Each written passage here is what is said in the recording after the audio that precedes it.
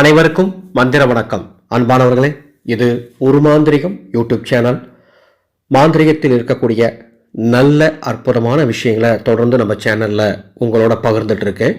இந்த ஆடியோவில் ஒரு தூபப்பொடி தயாரிக்கும் முறையை சொல்ல போகிறேன். புளியமர தூபப்பொடி. சர்வ ஜன வசியம் ஏற்படுவதற்காக. சர்வ ஜன வசியம்னா என்ன? அதாவது நாம் ஒரு வியாபாரம் பண்ணுறோம், அல்லது வியாபாரம் தொடர்பான ஏதாவது ஒரு டீல் பேச போகிறோம், ஒரு ஒப்பந்தம் பேச போகிறோம், ஒரு பண விஷயமா ஒரு இடத்துக்கு போகிறோம், அல்லது நீங்கள் ஏதாவது ஒரு மார்க்கெட்டிங் தொடர்பான, அதாவது கமிஷன் அடிப்படையில் செய்யக்கூடிய தொழிலாக இருந்தாலும் சரி, அல்லது மார்க்கெட்டிங் துறையில் இருந்தாலும் சரி, இன்சூரன்ஸில் இருந்து ஏகப்பட்ட மார்க்கெட்டிங் துறைகள் இருக்குது. மார்க்கெட்டிங் துறையில் இருந்தாலும் சரி, அல்லது நீங்கள் ரியல் எஸ்டேட் பண்ணுறவங்களா இருந்தாலும் சரி, ஒரு கடை வச்சு வியாபாரம் பண்ணுறவங்க, ஒரு நிறுவனம் வச்சு நடத்திட்டு இருக்கவங்க, இப்படி எல்லாருக்குமே இந்த சர்வ ஜன வசியம் அப்படிங்கிறது தேவை. நீங்கள் வசியம் அப்படின்னு ஒன்று நீங்கள் தவறான கண்ணோட்டத்துக்கு போயிடக்கூடாது. சர்வ ஜன வசியம்னா என்னன்னா, நாம் ஒருத்தர்கிட்ட பேசுகிறோம் அப்படின்னா நாம் என்ன சொல்கிறோம் அப்படிங்கிறத அவர் புரிஞ்சுக்கிட்டு நமக்கு அவர் தேவையான ஆர்டரை தரது, அல்லது நம்ம சொல்றத புரிஞ்சுக்கிட்டு நம்ம எதுக்காக பேசுறோமோ அந்த காரியம் நல்லபடியா நடப்பதற்கு அவர் ஒப்புதல் தருது. இந்த மாதிரி விஷயங்கள்லாம் அந்த சர்வஜன வசியம் ஏற்பட்டுச்சுன்னா நடக்கும். வசியம் அப்படின்னாவே நம்ம ஆளுங்களுக்கு சிலருக்கு தவறான கண்ணோட்டம் வந்துடும். அப்படி வரக்கூடாதுங்கிறதுக்காக இந்த விளக்கம். இந்த சர்வஜன வசியம் ஏற்படுவதற்கு நான் ஒரு தூபப்பொடி இப்ப சொல்ல போறேன். இந்த தூபப்பொடியை பௌர்ணமி அன்னைக்கு நான் சொல்ற மாதிரி நீங்க தயாரிக்கணும். எப்படின்னு சொல்லிடுறேன். உங்க வீட்டின் அருகில புளிய மரம் எங்க இருக்குன்னு முதல்ல பார்த்து வச்சிருங்க. பார்த்து வச்சுட்டு பௌர்ணமிக்கு முந்திய நாள் அந்த புளிய மரத்துக்கிட்ட போய் கொஞ்சம் தண்ணி எடுத்து அந்த புளிய மரத்து கீழே அதோடைய வேர்பகுதியில் கொஞ்சம் தண்ணி ஊற்றிட்டு புளிய மரத்தை தொட்டு வணங்கிட்டு வந்துடுங்க. அதாவது பௌர்ணமிக்கு முந்தின நாள். பௌர்ணமி அன்னைக்கு சுக்கிர ஹோரையில் அந்த புளிய மரத்திட்ட போங்க. போகும்போது ஒரு தேங்காய், ஒரு வாழைப்பழம், கொஞ்சம் கற்பூரம், ஊதுபத்தி எடுத்துகிட்டு போய் அந்த புளிய மரத்தில் வச்சு அந்த தேங்காய் உடைச்சி வச்சுருங்க.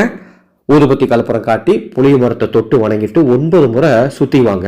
புளிய மரத்தை 9 முறை சுற்றிட்டு வந்து புளிய மரத்துலேருந்து வடக்கு போகும் கிளை, நல்லா புரிஞ்சுக்கோங்க, புளிய மரத்தில் வடக்கு போகும் கிளையில் ஒரு கிளையை உடைங்க.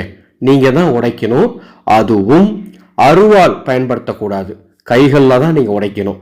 வடக்கு போகும் கிளை, அதாவது பெருசாக உடைங்கன்னு சொல்லலை, கிளையில் ஏதாவது கொஞ்சமாக உடைச்சி வீட்டுக்கு எடுத்துகிட்டு வாங்க. கொஞ்சமாக உடைச்சி வீட்டுக்கு எடுத்துகிட்டு வந்து அதை நல்ல வெயிலில் காய வைங்க.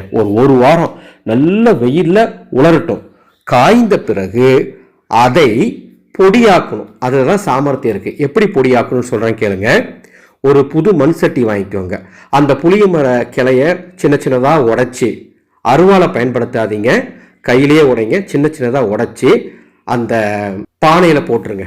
பானையில் போட்டுட்டு அதில் கொஞ்சம் பச்சை கற்பூரம் நிறைய போடுங்க. பச்சை கற்பூரம் நிறைய போட்டு பற்ற வச்சிட்டிங்க அப்படின்னா பச்சை கற்பூரம் நல்லா எரியும். பச்சை கற்பூரம் எரியும் பொழுது அந்த நல்ல காய்ந்த அந்த புளிய மர கிளையும் எரியும். எரிஞ்சு அது முழுசாக கறியாயிடும்.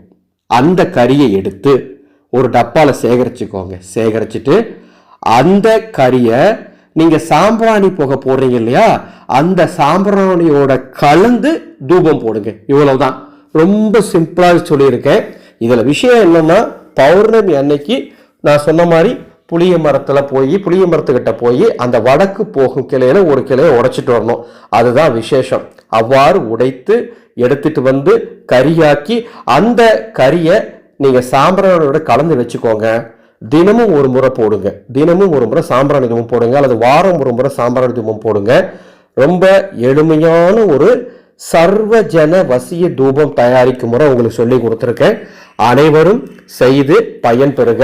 இன்னும் இந்த சர்வஜன வசிய தூபத்துக்கு அதிகமாக சக்தி வரணும்னு ஆசைப்பட்டீங்கன்னா, நீங்கள் கறியாக்கணும்னு அதை எடுத்து உங்கள் வீட்டு பூஜையில் வச்சு ஏதாவது ஒரு விநாயகர் மந்திரம் சொல்லி தினமும் ஒரு 11 முறை விநாயகர் மந்திரம் சொல்லி ஒரு 11 நாட்களுக்கு பூஜை பண்ணிட்டு அதன் பிறகு பயன்படுத்தினா இன்னும் சக்தி கூடுதலாக இருக்கும்.